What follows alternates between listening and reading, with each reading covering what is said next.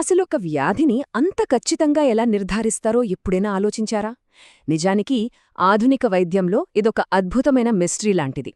ఈ రహస్యాన్ని ఛేదించి రోజూ లక్షలాది ప్రాణాలను కాపాడే ఆ పవర్ఫుల్ టూల్సే డయాగ్నోస్టిక్స్ లేదా రోగ నిర్ధారణ పరీక్షలు. ఈ విశ్లేషణలో వైద్యరంగం వ్యాధులను ఇంత పర్ఫెక్ట్గా ఎలా పసిగడుతుందో చాలా క్లియర్గా డీకోడ్ చేద్దాం.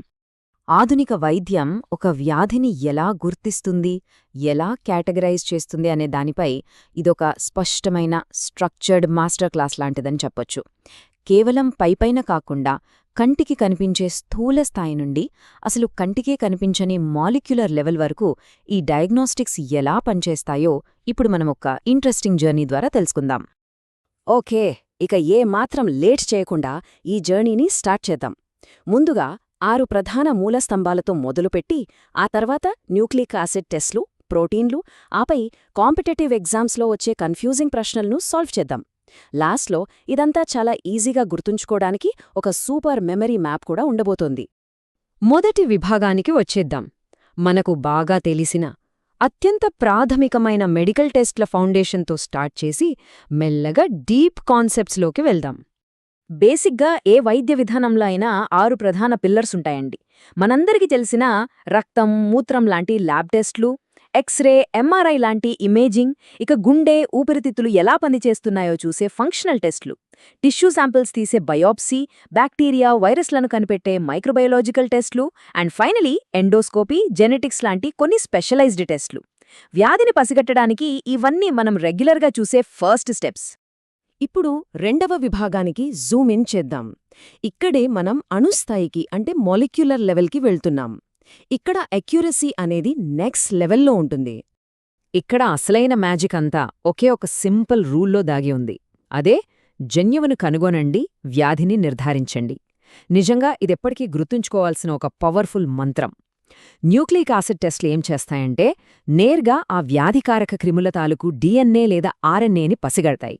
ఇది ఎంత ప్రిసైజ్ అంటే వ్యాధిని స్టార్టింగ్ స్టేజ్లోనే చాలా ఖచ్చితంగా పట్టేస్తుంది. ఇందులో ముఖ్యంగా మనం మాట్లాడుకోవాల్సింది పీసీఆర్ అంటే పాలిమరేజ్ చైన్ రియాక్షన్ గురించి. ఇది అసలు ఎలా పనిచేస్తుందో తెలిస్తే నిజంగా మైండ్ బ్లోయింగ్ అనిపిస్తుంది. ఫస్ట్ డీనాచురేషన్ ద్వారా డిఎన్ఏని 2గా విడదీస్తారు.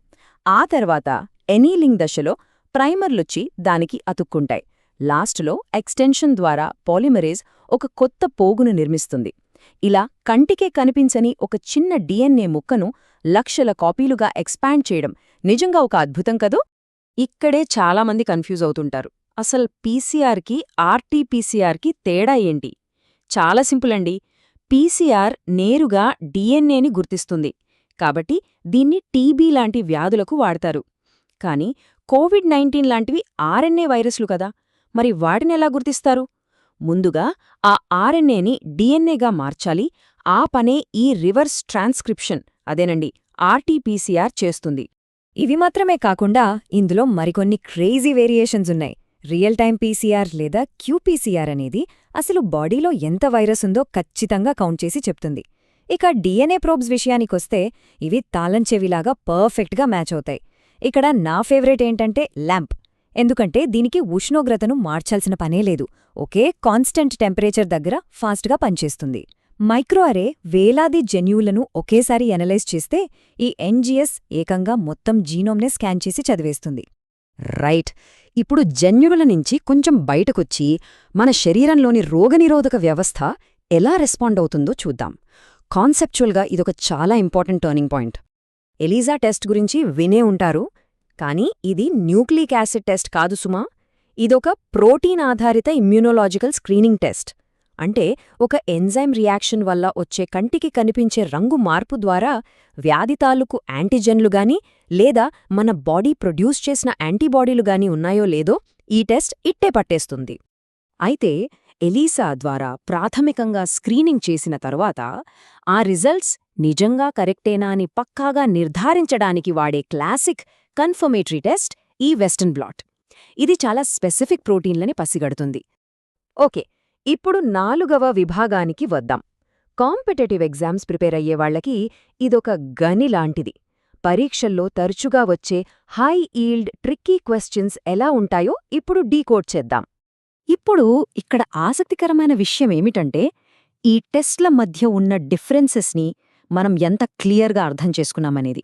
ఒకసారి గమనించండి. పీసీఆర్ ఫ్యామిలీ అంతా న్యూక్లియిక్ యాసిడ్ల చుట్టూ తిరుగుతే, ఎలీజా మరియు వెస్టర్న్ బ్లాట్ టెస్ట్లు మాత్రం ప్రోటీన్ల మీద ఫోకస్ చేస్తాయి. ఈ ఒక్క డిస్టింక్షన్ తెలిస్తే చాలా కన్ఫ్యూషన్ క్లియర్ అయిపోతుంది. ఇక్కడే అసలైన ట్రాప్ ఉంటుంది. మ్యాచ్ ద ఫాలోయింగ్ క్వశ్చన్స్లో ఈ బ్లాట్స్ మధ్య తేడా ఖచ్చితంగా అడుగుతుంటారు. బాగా గుర్తుపెట్టుకోండి. సదరన్ బ్లాట్ డిఎన్ఏని గుర్తిస్తుంది, నార్థన్ బ్లాట్ ఆర్ఎన్ఏని గుర్తిస్తుంది. మనమిందాకే అనుకున్నట్టు వెస్టర్న్ బ్లాట్ ఏమో ప్రోటీన్లని హ్యాండిల్ చేస్తుంది. ఎగ్జామ్ పాయింట్ ఆఫ్ వ్యూలో ఇది అబ్సల్యూట్లీ క్రూషియల్. అలాగే భవిష్యత్తులో వచ్చే ఎగ్జామ్స్లో ఈ కటింగ్ ఎడ్జ్ టెక్నాలజీల మీద ప్రశ్నలు వచ్చే ఛాన్స్ శతముంది. డిఎన్ఏ ఫింగర్ ప్రింటింగ్లో వాడే ఆర్ఎఫ్ఎల్పి, సెల్స్ లోపలే డైరెక్ట్గా డిటెక్ట్ చేసే ఎఫ్ఎస్ఐహెచ్, ముఖ్యంగా ఈ క్రిస్పర్ సిఆర్ఐఎస్పిఆర్ డయాగ్నాస్టిక్స్, ఇదిప్పుడు చాలా trendy gene editing tool. Future మొత్తం దీనిదే. ఇక ఫైనల్ సెక్షన్కి వచ్చేద్దాం. ఇంత టెక్నికల్ డేటాని విన్నాక కొంచెం బ్రెయిన్ఫుల్ అయినట్టు అనిపిస్తోందా? డోంట్ వరీ, ఇదంతా ఈజీగా బ్రెయిన్లో ప్రింట్ అయిపోయేలా ఒక అల్టిమేట్ మెమరీ మ్యాప్ ఇప్పుడు చూద్దాం. ఈ ఒక్క లైన్ని మెదడులో ముద్రించేసుకోండి. పీసీఆర్ ఫ్యామిలీ వృద్ధి చేస్తుంది, బ్లాట్స్ గుర్తిస్తాయి, చిప్స్ విశ్లేషిస్తాయి, అండ్ క్రిస్పర్ ఎడిట్ చేసి కనిపెడుతుంది.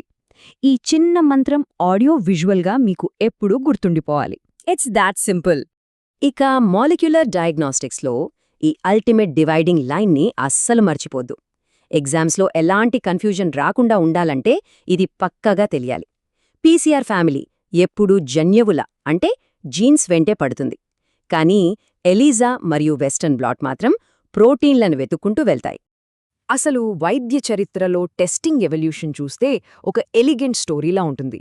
మొదట మైక్రోస్కోప్లో కేవలం చూడటం, ఆ తర్వాత కల్చర్ చేసి క్రిములను పెంచడం, ఆపై ఎలీజా లాంటి వాటితో ఇమ్యూన్ రెస్పాన్స్ని గమనించడం, అండ్ ఫైనలీ ఈ రోజు పీసీఆర్తో నేరుగా అణువును లేదా జన్యువును పసిగట్టడం.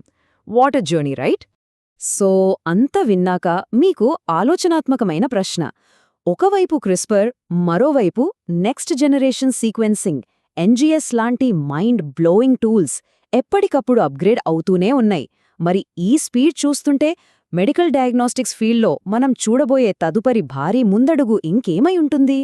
వ్యాధులను వాటి పుట్టుకకు ముందే పసిగట్టే రోజులు దగ్గర్లోనే ఉన్నాయా? ఆలోచించండి.